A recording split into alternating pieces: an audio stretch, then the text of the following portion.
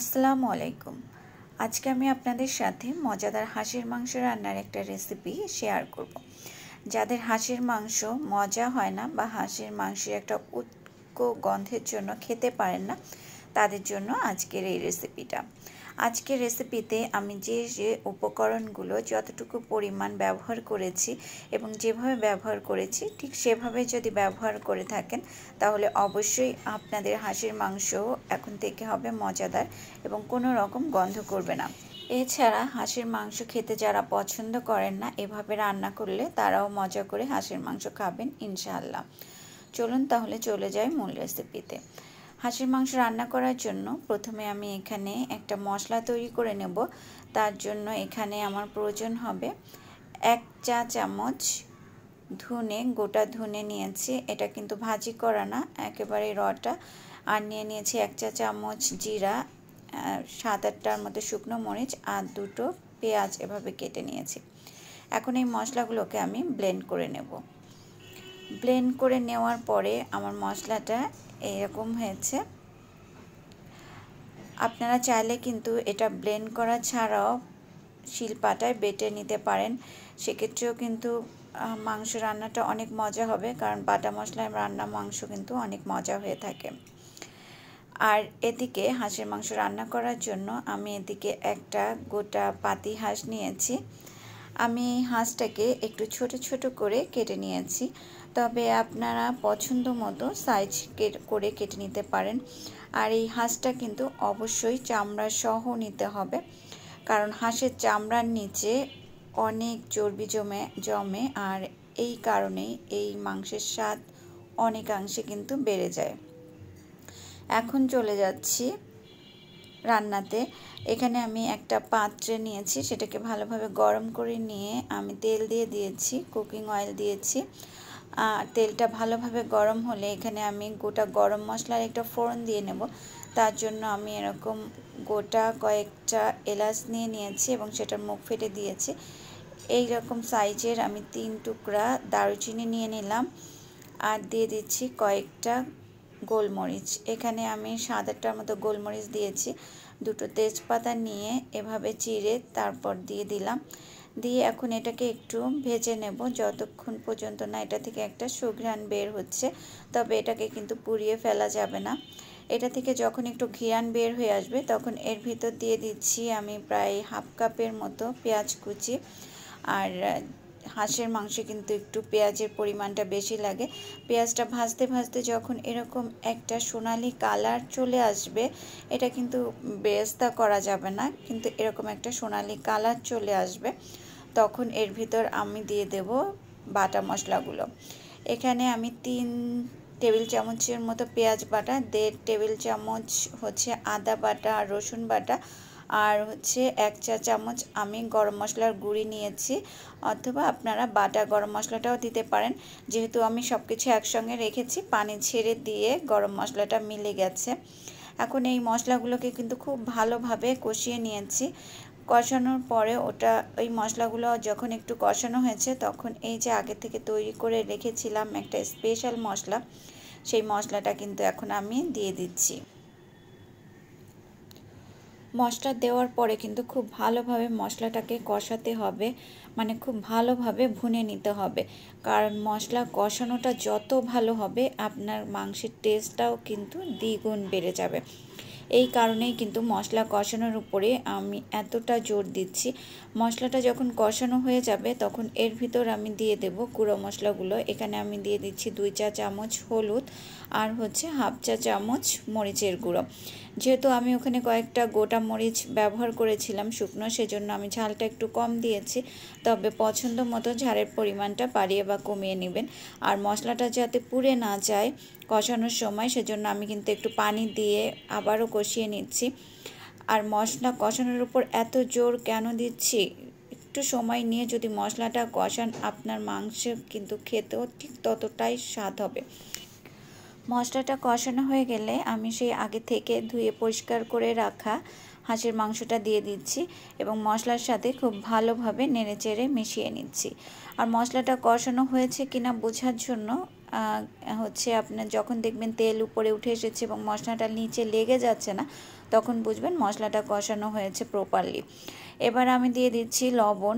আমি কিন্তু আগে লবণ ব্যবহার করিনি। লবণটা দেওয়ার পর আবার আমি কিন্তু মাংসটার সঙ্গে খুব ভালোভাবে নেড়েচেড়ে মিশিয়ে নিচ্ছি। এখন আমি মাংসটাকে ঢেকে 25 থেকে 30 মিনিটের মতো রান্না করব। তবে আমি কিছুক্ষণ পর পর ঢাকনা খুলে মাংসটা নেড়েচেড়ে দিব, যাতে করে মাংসটা পাতিলের নিচে লেগে বা পুড়ে না যায়। এভাবে করে কিছুক্ষণ পর পর একটু একটু করে নেড়েচেড়ে দিতে হবে। আর 25-30 মিনিট এভাবে মাংসটা কষাতে কষাতে এক পর্যায়ে দেখবেন হাঁসের থেকে প্রচুর পানি বের হয়ে এসেছে। আমি কিন্তু 10 মিনিট পর ঢাকনাটা খুলেছিলাম। খোলার পরে দেখতে পাচ্ছেন বেশ অনেকটা পানি বের হয়েছে। আমি আবারও ঢাকনাটা দিয়ে ঢেকে দিলাম এবং আমি আবারও কিছুক্ষণ পর ঢাকনাটা খুলে নেব। আমি আবারও কিন্তু 10 মিনিট পর ঢাকনাটা খুলে নিয়েছি। দেখতেই পাচ্ছেন হাঁস থেকে কিন্তু প্রচুর পানি বের হয়েছে। এখানে কিন্তু হাঁসের নিজস্ব যে পানিটা সেটাই বের হয়েছে, এখানে কোনো অতিরিক্ত পানি আমি ব্যবহার করিনি। আর এই পুরো রান্নাটা কিন্তু আমি মিডিয়াম টু লো হিটেই করছি। আর এই লো হিটে করার কারণেই কিন্তু হাঁস থেকে আস্তে আস্তে করে পানি বের হচ্ছে এবং এই পানিতেই কিন্তু হাঁসের মাংসটা কষানো হয়ে যাবে। এখানে কোনো অতিরিক্ত পানি আর ব্যবহার করতে হবে না। আর এভাবে ঢাকনা দিয়ে আমি লো হিটে ঠিক ততক্ষণ পর্যন্ত হাঁসের মাংসটাকে কষাতে থাকবো, যতক্ষণ পর্যন্ত হাঁসের নিজস্ব যে পানিটা বের হয়েছে সেটা পুরোপুরি টেনে আসছে আর উপরে তেল ভেসে উঠছে। এই পর্যায়ে আমি আবার ঢাকনা খুলে নিয়েছি এবং আমি মাংসটাকে নেড়ে চেড়ে দিচ্ছি। দেখতেই পাচ্ছেন মাংসটা কিন্তু খুব ভালোভাবে কষানো হয়ে গেছে এবং উপরে কিন্তু পর্যাপ্ত পরিমাণে তেল ভেসে উঠেছে। আমি কিন্তু হাঁসের মাংসে খুব অল্প পরিমাণে তেল ব্যবহার করেছিলাম, কারণ হাঁসের নিজস্ব একটা তেল থাকে হাঁসের চর্বিতে, চর্বির নিচে, সেটা বের হয়েছে। আর এই পর্যায়ে আমি মাংসটাকে সিদ্ধ করার জন্য পানি অ্যাড করব। আর এখানে আমি পানির নির্দিষ্ট কোনো পরিমাণ বলছি না, আমি এখানে 3 কাপের মতো পানি অ্যাড করেছি। আর এখানে কিন্তু অবশ্যই গরম পানি অ্যাড করবেন। হাঁসের মাংস সিদ্ধ হতে তুলনামূলক একটু বেশি সময় লাগে, তাই মাংসটা সিদ্ধ হওয়ার জন্য যতটুকু পানি দরকার আপনারা ঠিক ততটুকু পানি ব্যবহার করবেন। পানিটা দেওয়ার পরে আমি ঢাকনা দিয়ে ঢেকে কিন্তু 30 থেকে 40 মিনিটের মতো, আর এরই মধ্যে কিন্তু দেখতে পাচ্ছেন আমি 30 থেকে 40 মিনিট পর ঢাকনাটা খুলে নিয়েছি। আর এর মধ্যে ইনশাল্লাহ মাংসটা আমার সিদ্ধ হয়ে গেছে। আর অবশ্যই কিন্তু মাংসটাকে আপনারা একটু সময় নিয়ে ধৈর্য ধরে ভালোভাবে কষাবেন।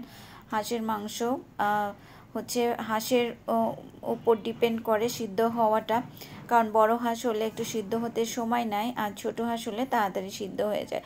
আমার মাংসটা কিন্তু অলমোস্ট রান্না শেষ। যারা ভুনা খেতে চান তারা এই পর্যায়ে নামিয়ে নেবেন। তবে আমি আজকে আলু দিয়ে ঝোল মাংস রান্না করব, তাই এখানে আমি 3টার মতো আলু কেটে দিয়েছি। আর আমার কাছে মনে হয়েছে লবণ এবং ঝাল একটু কম আছে, তাই আমি এখানে লবণ আর ঝাল একটু অ্যাড করে দিলাম। দিয়ে আমি আবারও ঝোলের জন্য গরম পানি অ্যাড করছি। আমি আবার বলছি, অবশ্যই কিন্তু গরম পানি ব্যবহার করতে হবে, কারণ আপনি যদি ঠান্ডা পানি ব্যবহার করেন তাহলে কিন্তু মাংসটা প্রপারলি সিদ্ধ হবে না।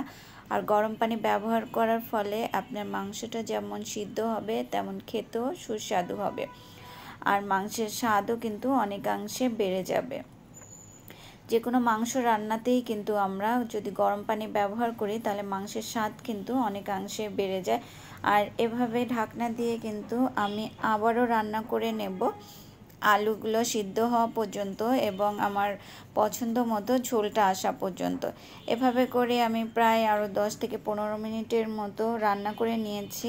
তবে এর মাঝে কিন্তু অবশ্যই আমি মাঝে মধ্যে মাংসটাকে নেড়ে দিয়েছি, কারণ ওই যে না হলে কিন্তু পাত্রের তলায় লেগে যাবে আর পুড়ে গেলে কিন্তু মাংস থেকে খেতে একদমই ভাল লাগবে না, একটা পোড়া গন্ধ বের হবে। আর একদম শেষ পর্যায়ে এসে আমি দিয়ে দিচ্ছি ভাজা বা টালা জিরার গুঁড়ো, দিয়ে আমি মাংসটাকে ঢাকনা দিয়ে ঢেকে দিচ্ছি আর চুলাটাকে কিন্তু অফ করে দিচ্ছি। আর এভাবে আমি ঢাকনা দিয়ে ঢেকে রেখে দিয়েছিলাম 10 মিনিটের মতো। আর এই কারণে কিন্তু আমার এই যে মাংসের উপরে তেলটা সুন্দর মতো করে ভেসে উঠেছে। আর উপর থেকে ভাজা জিরের গুঁড়ো ছিটিয়ে দেওয়ার কারণে কিন্তু মাংসের স্বাদ এবং ঘ্রাণ দুটোই কিন্তু বেড়ে গিয়েছে।